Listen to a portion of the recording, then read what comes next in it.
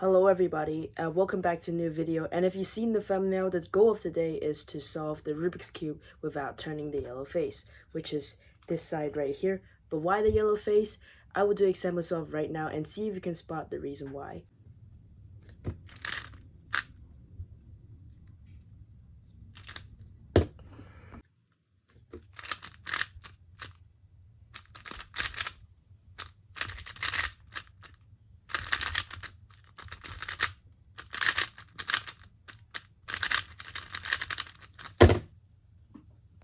So you may already see why, because the most common side to turn the Rubik's Cube is actually the U face. The U face, I mean the upper face, while most people solve white as the bottom.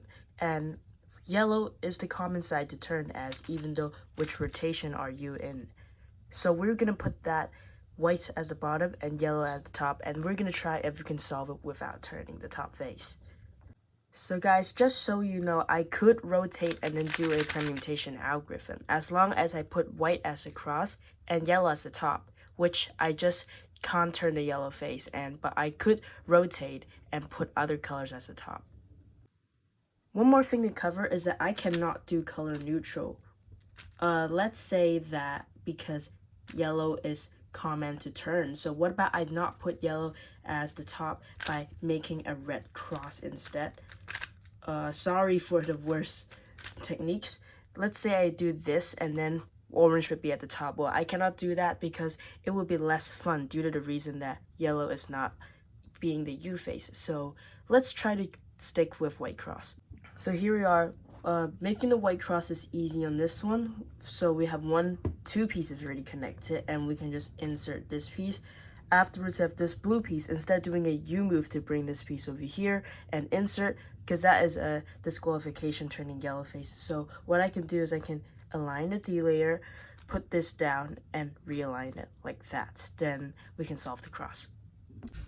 Later on, we have F2L. The meaning of F2L is actually first two layers, and if you know CFOP, it may seem very impossible because there's no way you cannot turn the U face to pair of pairs.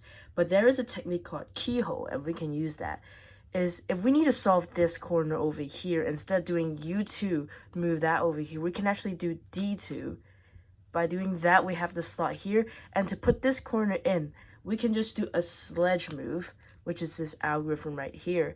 Then we can align back without turning the yellow face, and we have this pair solved. And same for this one. What we just want to do is you have this corner here, so we just sledge it out. And afterwards, we move this slot over here once again. We sledge it back in its correct spot, and we realign it, and we have this one. Well, lucky enough, we have another solved edge. Wow. Okay, so same here. Move this slot over here, and we sledge it in like that in its correct spot and return it. Just to mention, if edges are like not in their correct spot, just like this one, you can just also sledge the edge in its correct spot as well, so it won't be a challenge. Well, maybe it doesn't seem hard until now, although you realize until to the last pair, you cannot put any slots, because let's say if I do this here, and I sledge in this corner, it's actually not possible, because I will take these two out, and it will mess it up. So we cannot use keyhole for the last two pairs, although we can use a special technique. What we can do is we put in the corner first, I suppose. To do that, well, there's some OOL algorithms that could not turn the yellow face. Let's say we do this algorithm. The yellow face is at the back. We didn't turn it, so this algorithm is allowed, and we can just do that. Yeah, slow and steady, we move the corner. Just by doing that, we have this corner over here, and yep. So we can just insert the corner with a sledge, although the edge comes with it flipped, so let's not do that. What we can do now is we can do a U-perm, which is like this. Look carefully. The yellow center. I did not turn the yellow center face, so that is how we can do it. And by having that, we move the edge to here. So now we can insert this corner by a sledge with having this edge preserved. And now we would like to move the edge to its corresponding spot by doing another U-perm. And just to look at the spot, yep, we face this side and we do a U-perm. Look carefully. I am not breaking any rules because I'm not turning the yellow center. We can do that again. And here we go. We have the edge here matching. So what we want to do is now we just need to find a way to put this in. So as I said, for edge, you can just do the sledge move and get it in. Although this will mess up the corner, we cannot use keyhole either, because if we do this to move out the corner and insert it, we will mess up this corner here. Well, there is a special technique to do this one. Let me see if I can figure this out. So these two are needed to swap.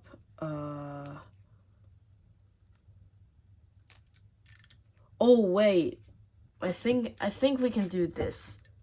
So you can see that these two edges need to swap, right? And there is a way to do that is by doing like a J-perm or something. That will switch corners and these two edges.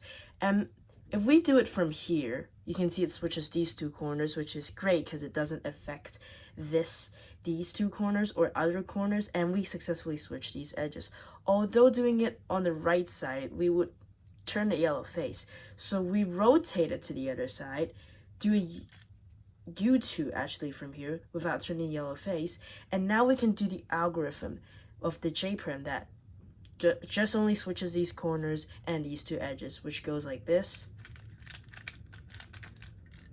But doing that, we did not turn the yellow face, and we undo this move, then we have the edge solve. Pretty cool, right? And for OOL algorithms, a lot of OOL algorithms have U moves, and just to mention, you cannot do white D because that is counted as a U move as well. So what we can do is we can figure out some algorithms, OOL algorithms that does not need the yellow face. For example, this one, we don't need to turn the yellow face for that one. So we maybe just kind of do some of these algorithms and see if we can end up with a case that we don't need the yellow face. So let me figure out more. Wait, this does not need the yellow face. So too, let's try that out. Nope, that didn't work. Okay, this is a bit more challenging than I think it will be. Ooh, that's almost a case. Wait. Okay, so for this OOL case, we can do this algorithm. So for this OOL case right here, we can do this algorithm. Look at the yellow face. I'm not turning because it's at the back. And by doing that, we can successfully solve this yellow face, which is OOL, without turning the actual face itself. Pretty sick. And coming on with the last part, it is called POL if you guys learned CFOP. And there's 27 algorithms to memorize to solve the rest. And all of them, same for the 57 algorithms in OOL, you also need to turn the yellow face. But some of them doesn't. So let's try to do it. Let's say, okay. This is difficult. So for this one, I just realized that you can do an E-perm, which this does not affect the yellow face. And we have the corners all aligned. And we just need to move, let's say we put this corner here. So we can do a, wait, this is A-perm, I suppose. We have this corner solved and we just have these two flipped. Okay, we can do this. We move these two here like that without turning yellow face, and we do a T-perm from this side and undo it. Then we can solve the cube. That is pretty cheeky.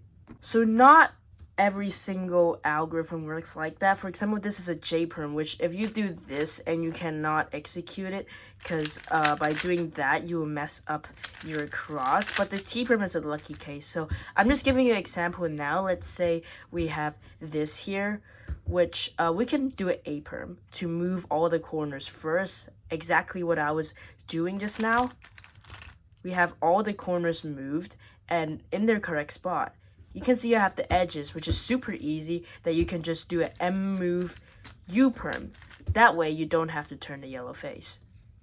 So let's say you have a H-perm. Well, doing a H-perm, you require moves on the yellow side. I can give you advice is you can do a move U perm first, ending up with another U perm, and you can just solve it.